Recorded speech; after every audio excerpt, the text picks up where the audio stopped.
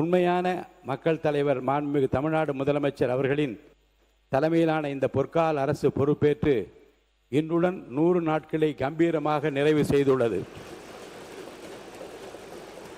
அண்ணல் அம்பேத்கர், வீரமங்கை வேலு நாச்சியார், மக்கள் சேவகர் அஞ்சலை அம்மாள் ஆகியோரை கொள்கை தலைவர்களாக ஏற்று பிறப்புக்கும் எல்லா உயிர்க்கும் என்ற உன்னத கோட்பாட்டை தனது அரசியல் சித்தாந்தமாக கொண்டு மதசார்பற்ற சமூக நீதியை காக்கும் உண்மையான மக்கள் தலைவர் மாண்புமிகு தமிழ்நாடு முதலமைச்சர் அவர்களின் தலைமையிலான இந்த பொற்கால அரசு பொறுப்பேற்று இன்றுடன் 100 நாட்களை கம்பீரமாக நிறைவு செய்துள்ளது.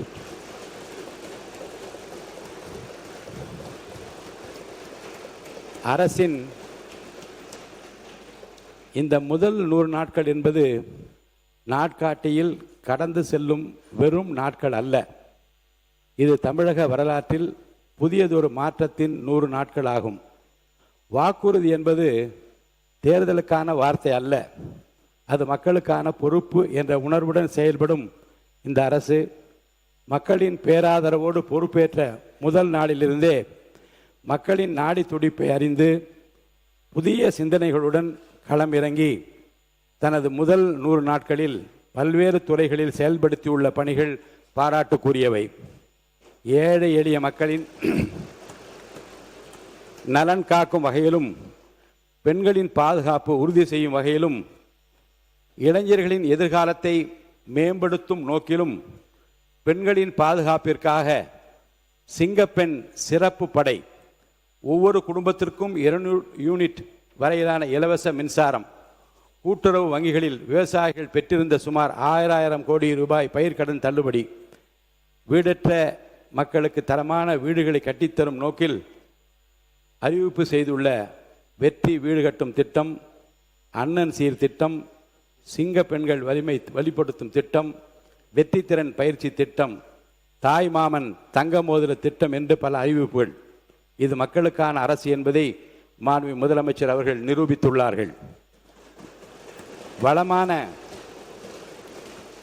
வளமான தமிழ்நாடு, வலிமையான தமிழ்நாடு, சமத்துவமான தமிழ்நாடு, ஊழலற்ற தமிழ்நாடு என்ற எதிர்கால கனவுக்கு முதல் 100 நாட்களில் வலுவான அடித்தளத்தை அமைக்கும் வகையில் ஆட்சி கட்டிலில் ஏறியவுடனே விளம்பர வெளிச்சத்தை தேடாமல் ஏழை எளிய மக்களின் வாழ்வாதாரத்தை உயர்த்தும் முதன்மையான கோப்புகளில் கையெழுத்திட்ட அந்த பொன்னான கரம் நமது மாண்புமிகு முதலமைச்சருடையது.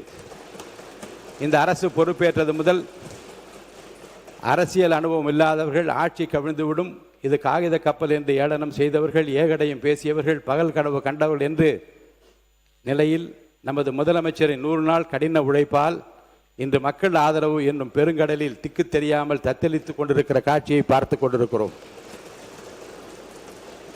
இந்த குறுகிய காலகட்டத்திற்குள் தமிழ்நாட்டில் மக்களாட்சி தத்துவத்தின் மாண்பை காக்கும் வகையிலும், தமிழக மக்களின் நீண்டகால எதிர்பார்ப்புகளை பூர்த்தி செய்யும் வகையிலும் ஊழலற்ற நேர்மையான மற்றும் வெளிப்படையான தன்மையை நிர்வாகத்துக்கு வழங்கி வரும் மாண்புமிகு முதலமைச்சர் அவர்களால் விதைக்கப்பட்டுள்ள திட்டங்களின் விதைகள் வரும் ஆண்டுகளில் தமிழ்நாட்டின் பொருளாதார வளர்ச்சியாகவும், இளைஞர்களின் வேலை வாய்ப்பாகவும், பெண்களின் சுயமரியாதையாகவும், விவசாயிகளின் வளமாகவும், மாணவர்களின் கல்வி வாய்ப்பாகவும், பொதுமக்களின் நல்வாழ்வுக்காக மலரும் என்பதில் எள்ளளவும் நமக்கு ஐயமில்லை.